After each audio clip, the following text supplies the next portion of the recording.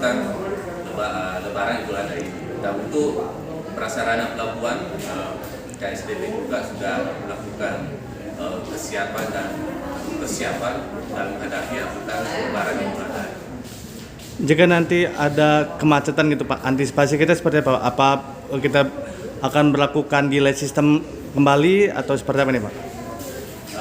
Untuk mengantisipasi adanya kemacetan untuk angkutan Lebaran Idul Adha ini ada Tapi lo gak ada sampai yang sekusek ngono ya.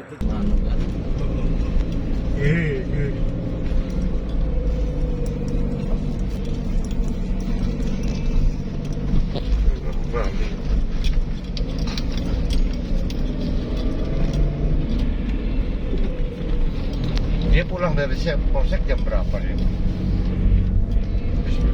berapa? Sore ya? Malam. Oh, udah malam. Oh, berarti emang benar di luar sana. Izin Bang, terkait hari ini kita terkait rapat tentang Talang Sari ya Bang, Ashram Talang Sari itu gimana Bang?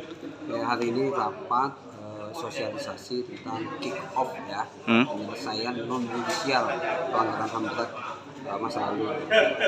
Jadi rencananya nanti kita akan nonton start atau kick off yang akan dilakukan oleh Pak Presiden Jokowi di PD Aceh. Itu kita secara langsung live di